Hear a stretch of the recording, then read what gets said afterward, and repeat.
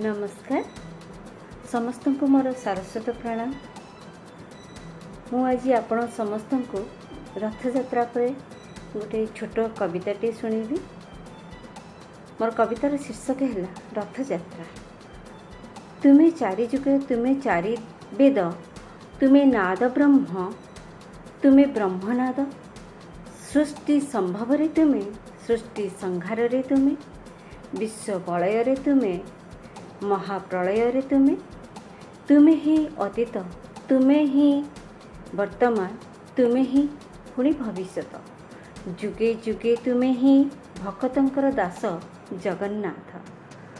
केते खेल तु ही करिलु कालिया सतरे तु ही विस्मय कंदाई कंदाई शेष हसाऊ यह कि तू परिचय विश्वास को केबे भांगी तू न देऊ मन प्राण कले टाण आजिर घटना तोर रथ टଣା अटे ज्वलंत प्रमाण आसिलु कन्हाई रथरे आरोही होई पवित्र होईगला जे नेत्र करोना की छार मात्र घोष यात्रा हेला बड़दंडे उछुलिला करोना की छार होइला हसी उठुतांती शरदा बाली तो नवमी संध्या दर्शने भाव विवल रे जय जयकारी भकत हृदय माने काहेकि करोना ग्रासिला खुशी को हाहाकार बिछाइला शून्य ब्रह्मरूपी अंतर्जामी तुम्हें एकला रथ यात्रा आज की तोर